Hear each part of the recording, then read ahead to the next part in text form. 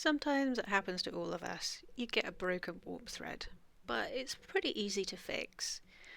I take the piece of yarn from the broken thread that's below the tablets, post it through the shed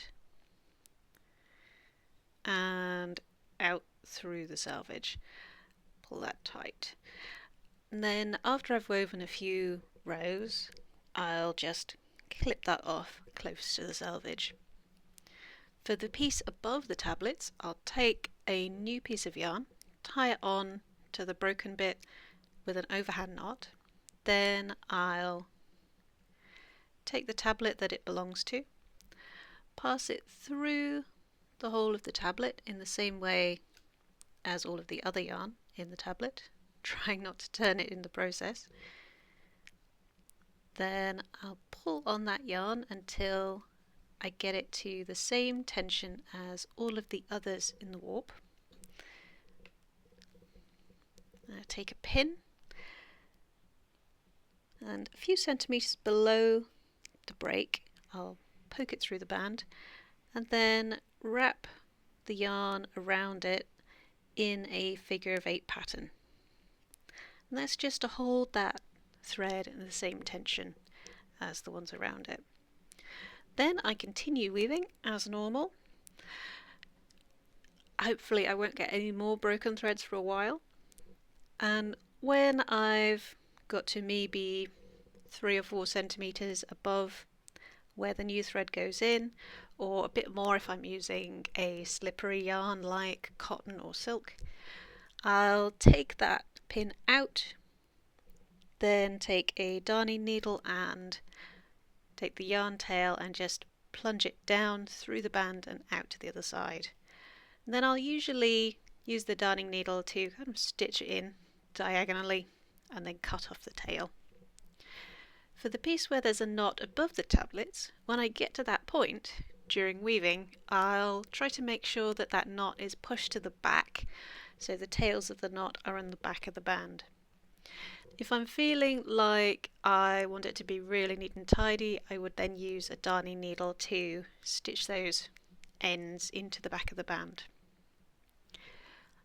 I'm a firm believer that prevention is better than a cure, so when I'm warping my loom, I like to examine the warp threads as I go to try and eliminate any broken or damaged bits.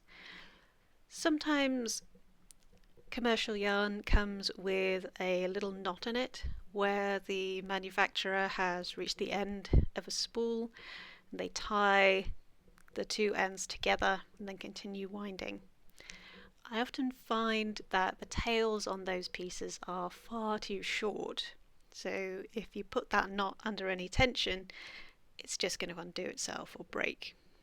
So if that happens, or if I find a weak point, I will track back to the beginning of the warp, cut the yarn, and then cut again just above the weak point, then tie the sound yarn back onto the beginning of the warp and continue winding.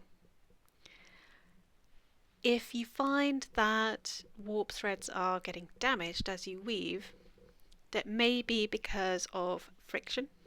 I know people like to clear the shed by moving the tablets up and down, and that is perfectly fine, but if you do it too much and over too great a distance, you're adding extra friction to the yarns that needn't be there.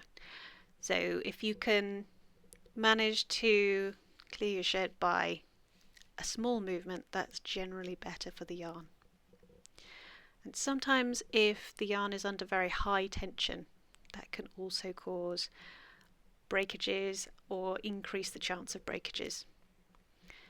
That often happens for me in my selvages if I'm using a very fine yarn and I have it very tightly twisted. There's a lot of twist built up behind the tablets. Okay, so I hope that's been helpful for you, and I hope you don't get very many broken warp threads in your own weaving. Talk to you again next time, and happy weaving!